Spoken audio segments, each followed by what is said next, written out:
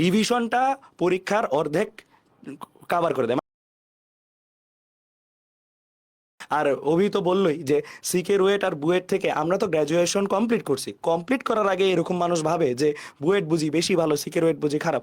আমরা কিন্তু কমপ্লিট করার পরে এই চিত্রটা পুরোপুরি দেখতেছি যে আসলে এরকম কিছুই না, যে যে কোনো জায়গা থেকে ভালো করতে পারে। সব জায়গায় মোরললেস সেম কারিকুলামেই পড়াশোনা। তো বরং আরও আমি যদি বলি যে সিকে রুয়েটের স্টুডেন্টসরা কয়েকটা জায়গা থেকে ডিস্ট্রাকশন ফ্রি থাকে, তারা আরও বেশি আগাতে পারে। বুয়েটেরও কিছু অ্যাডভান্টেজ আছে, তাদেরও কিছু অ্যাডভান্টেজ আছে, দুইটাই ইউনিক। অ্যান্ড প্রত্যেকটা জায়গা থেকে প্রতিটা জিনিসই অ্যাচিভ করা সম্ভব। এমন কখনো না যে এমআইটি আচ্ছা বুয়েট থেকে আসলে নিব, সিকে রুয়েট থেকে আসলে নিব না। তুমি এগুলাতে খবর নিয়ে দেখো, ওই ইউনিভার্সিটিগুলোতে সিকে রুয়েট থেকে কতজন গেছে। আর এছাড়াও বুটেক্স সহ রিভিশনটা পরীক্ষার অর্ধেক কাভার করে দেয়। মানে লাইক ধরো পরীক্ষা হলে আসার আগে অর্ধেক মার্কস তোমার লেখা হয়ে যায় রিভিশনটার উপরে, রিভিশনের কোয়ালিটিটার উপরে। তো এই শেষ সময়গুলোতে কিন্তু আমরা অনেক সময় পড়ছি, অনেক সময় মানে অনেক সময় 16 ঘন্টা 17 ঘন্টাও পড়াশোনা করছি দৈনিক। এই সময় ঘুমটাও লাগবে, পড়াশোনাটাও একদম ওই রকম লাগবে, আবার খাবার দাবারটাও সাথে ওই রকম লাগবে।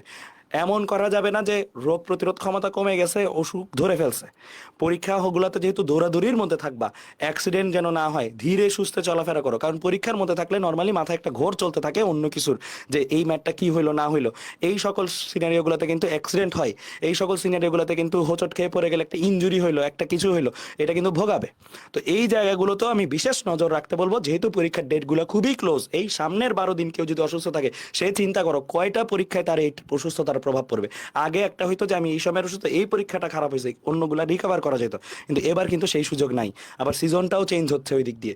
সো আমি সবাইকে বলবো যে যতটুকু প্রোটেক্টে থাকা যায় মাস্ক পরে থাকো, হরলিক্স বা এই চা বা এই জিনিসগুলা খাও। তারপরে হচ্ছে তুমি ভালো ভালো খাবার, প্রোটিন সমৃদ্ধ খাবারগুলো খাও, গ্লুকোজ রাখো। মানে তোমার যেন হেলথের ওপরে কোনো এমন না হয় যে পড়ে যাচ্ছ। এরকম সিনারিওটা প্রত্যেক বছর আমি দেখি। আমাদের যারা স্টুডেন্টসরা থাকে অনেকেই পরীক্ষার দিন সকালবেলা বমি করে, পরীক্ষার দিন আগের দিন সে ঘুমাইতে পারে না। তো এই সিনারিওগুলো যেন তোমাদের সাথে না হয়। এগুলো হলে কি কনফিডেন্সটা লো হয়ে যায়। আর শেষ সময়টাতে যেহেতু অনেকেই এখনও এমন কমেন্ট পাচ্ছি যে প্রিলির আগে তুমি রিটেনের জন্য আলাদাভাবে মডেল টেস্ট বা এইসব কিছু দাও নাই, এটা খুবই স্বাভাবিক, এটা কোনো সমস্যা নাই। লাস্ট কয়েকদিন মডেল টেস্ট রিটেনের জন্য দিলেই হবে। বাট এই দেওয়ার ক্ষেত্রে আমার কিছু সতর্কতা আছে। সেটা হচ্ছে তুমি এমন কিছু মডেল টেস্ট দিও না যেই মডেল টেস্টটা তোমাকে খাটো ফিল করায়, তোমাকে ফিল করায় তুমি যোগ্য না। বরং এমন টাইপের মডেল টেস্টগুলোই দাও যেগুলো একটু সহজ মডারেট কোশ্চেনে হবে, এবং যেই কোশ্চেনগুলোতে পরীক্ষা দিয়ে তোমার নিজেরই কনফিডেন্স কাজ করবে না আমার দ্বারা হবে। কারণ এই শেষ সময়ে কনফিডেন্সটা তোমাকে কিন্তু এক ধাপ আগায় রাখবে। একই প্রিপারেশন একজনের আছে আরেকজনের আছে, দুইজনেরই সেম ম্যাথ দিলে সেম ম্যাথই পারবে, কিন্তু দুইজনই পরীক্ষা হলে ঢুকলো, একজনের কনফিডেন্স কম একজনের কনফিডেন্স বেশি। ডেফিনেটলি যার কনফিডেন্স বেশি সে চান্স পাবে, আর কনফিডেন্স কম হলে কিন্তু চান্স পাওয়ার সম্ভাবনা অনেক কমে যাবে। সো এই শেষ সময়টাতে কনফিডেন্সটাও ধরে রাখতে হবে। যে কোনো জায়গায় পরীক্ষা দেওয়া না কেন কনফিডেন্স ধরে রাখবে। আরেকটা জিনিস, লাস্ট একটা জিনিস, তারপর আমি বাকি ভাইদের কাছে চলে যাব। এই শেষ সময়টাতে যেহেতু পরীক্ষাগুলো ডিইউ বলো, তারপরে সিকে রুয়েট বলো, এগুলা কিন্তু তোমার কি আগে হবে। এইগুলো পরীক্ষা দিয়ে আসার পরে সারা দিন ফেসবুকে ঢুকবা, এই পরীক্ষার রেজাল্ট নিয়ে গবেষণা চলবে বিভিন্ন গ্রুপগুলোতে। আমাদের গ্রুপগুলোতেও এটার বাইরে যাবে না, এখানে এসে পোস্ট দিবে এটার অ্যান্সার কি হবে, এটা কি হবে। এই যে উত্তর মিলানোর এখন পারফেক্ট টাইম না।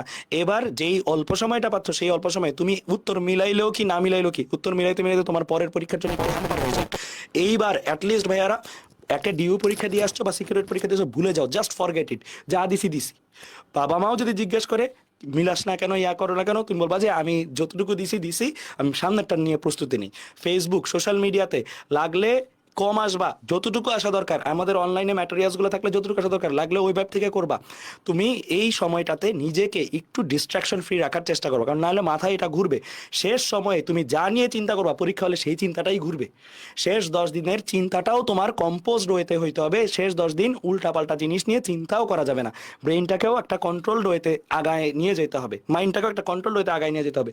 ও কি পারলো, ওর রেজাল্ট ভালো হবে, আমার খারাপ হবে, ও তো অনেক আগায় গেছে, আমি পিছায় গেছি। এই যে এই কম্পারিজনমূলক চিন্তা ভাবনাগুলো একদম ইরেজ করতে হবে। এটা একটা ধ্যানের মতন করে হইলো, প্রেয়ার করে হইলো আল্লাহর কাছে বা তুমি যেই ধর্মেরই হও না কেন সৃষ্টিকর্তার কাছে চাইতে হবে আমার মধ্যে যেন এই বাড়তি চিন্তাগুলো না আসে। কারণ এই শেষ সবাই তুমি দুইটা শব্দ বেশি পড়ে যেতে পারলো, এই দুইটা শব্দই বেশি মনে থাকবে। আগে যা পড়ছো ভুলে গেছো, আমি জানি অনেক কিছুই ভুলে গেছো, কিন্তু এখন যা পড়বা সেটা আর ভুলবা না। সো এখনের প্রতিটা ক্ষণ অনেক বেশি ইম্পর্টেন্ট।